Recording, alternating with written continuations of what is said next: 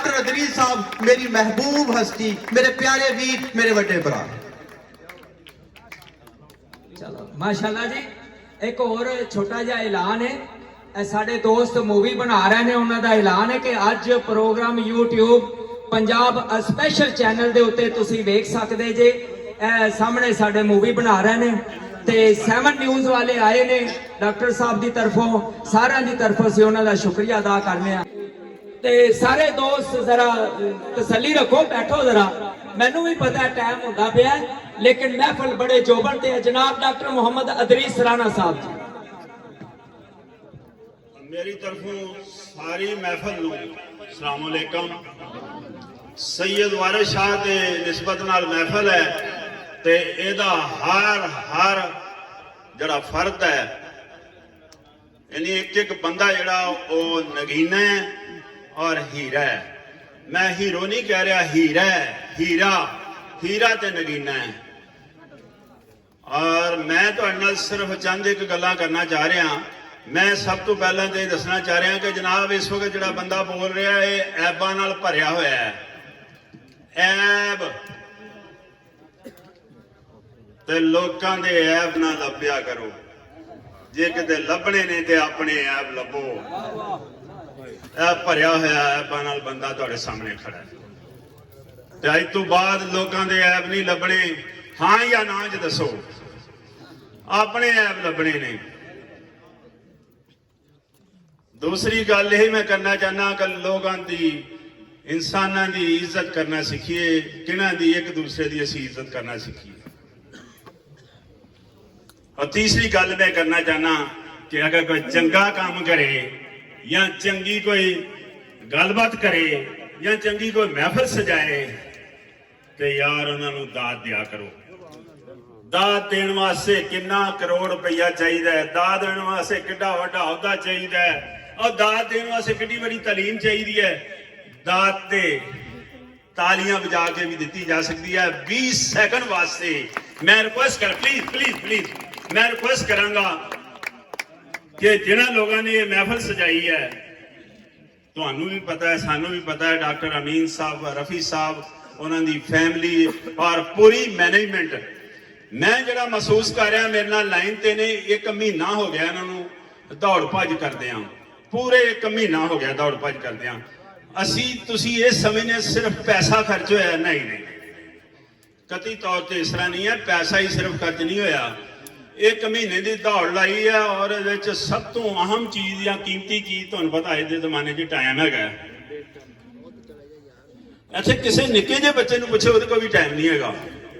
और जरा दुनिया का सब तो वेला इंसान है वो भी टाइम नहीं है। मैं वो भी गल्लां करके देखिया ने, लेकिन 1 महीने तू इस महफिल वास्ते काम करदे दौड़ भज लाई ते अज उन्हें सैयद वारिस शाह के बारे च ये महफिल सजाई, जिहदे विच तुहां महसूस किया है कि गल्लां सारियां जां कुरान दियां, अगर कुरान वाले पासों हटते ने तो नबी पाक सल्लल्लाहु अलैहि वसल्लम दियां, ते जे उधरों हटते ने तो पंज तन पाक दे नबी पाक सल्लल्लाहु अलैहि वसल्लम दी आले रसूल जिन्होंने कहते उन्होंने दे बारे च गल करते हैं।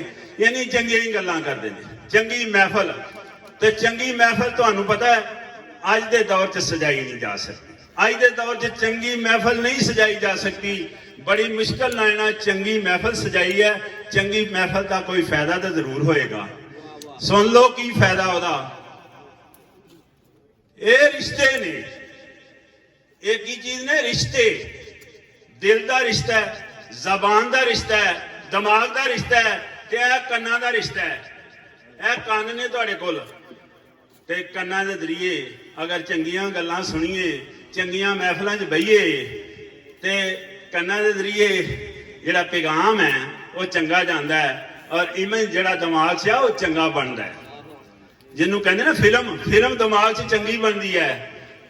ते अगर कन्ना राह चंगी गल सुनांगे, चंगी महफिल च बैठांगे, तो जाहिर है फिल्म दिमाग च चंगी बनेगी तो साड़ी सोच चंगी होएगी।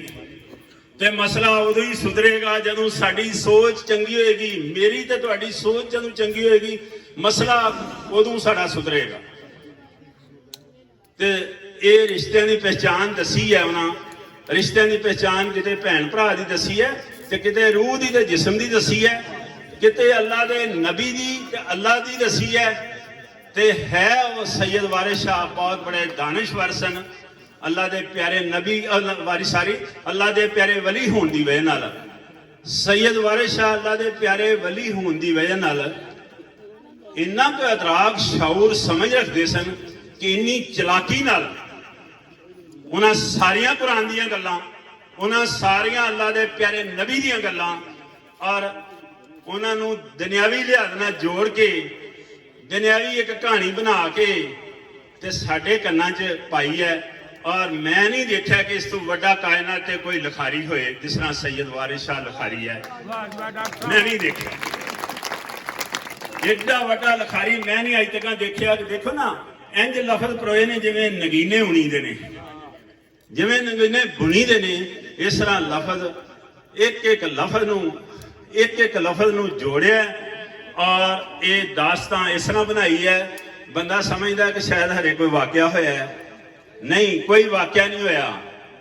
ਇਹ ਇਸ਼ਕ ਵੀ ਜਿਹਦਾ ਜ਼ਿਕਰ ਕੀਤਾ ਹੈ, ਇਹ ਅੱਲਾ ਨਾਲ ਇਸ਼ਕ ਦੀ ਗੱਲ ਹੋ ਰਹੀ ਹੈ। ਇਹ ਕਿਤੇ ਮੌਤ ਦੇ ਬਾਰੇ 'ਚ ਗੱਲ ਹੋ ਰਹੀ ਹੈ, ਕਿਤੇ ਜ਼ਿੰਦਗੀ ਦੇ ਬਾਰੇ 'ਚ ਗੱਲ ਹੋ ਰਹੀ ਹੈ, ਕਿਤੇ ਨਬੀ ਦੇ ਬਾਰੇ 'ਚ ਗੱਲ ਹੋ ਰਹੀ ਹੈ, ਕਦੇ ਉਹਦੇ ਪੰਜਤਨ ਪਾਕ ਜਿਹਨੂੰ ਕਹਿੰਦੇ ਨੇ ਆਲੇ ਰਸੂਲ, ਉਹਨਾਂ ਦੇ ਬਾਰੇ 'ਚ ਗੱਲ ਹੋ ਰਹੀ ਹੈ। ਤੇ ਕਦੇ ਸਾਡੀਆਂ ਖਰਾਬੀਆਂ ਜਿਹੜੀਆਂ ਨੇ, ਜਿਸ ਤਰ੍ਹਾਂ ਮੈਂ ਹੁਣੇ ਨਿਸ਼ਾਨਦੇਹੀ ਕੀਤੀ ਹੈ ਕਿ ਐਬ ਲੱਭਦੇ ਅਸੀਂ। ਸਾਰੇ ਦੋਸਤ ਬੈਠੋ, ਹੁਣੇ ਜਨਰੇਟਰ ਚੱਲ ਜਾਂਦਾ, ਬੱਤੀ ਹੁਣੇ ਆ ਜਾਂਦੀ ਹੈ। ਸਿਰਫ 2 ਮਿੰਟ ਦੀ ਗੱਲ ਹੈ, 2 ਮਿੰਟ ਦੀ ਗੱਲ ਹੈ। ਸਾਰੇ ਦੋਸਤ ਕੋਲ ਨਾ ਬੈਠੋ, ਬੱਤੀ ਹੁਣੇ ਆ ਜਾਂਦੀ। ਪ੍ਰੋਗਰਾਮ ਚਾਲੂ ਹੈ, ਜੇ ਚੱਲਦਾ ਰਹੇਗਾ। ਬੜੀ ਮਿਹਰਬਾਨੀ।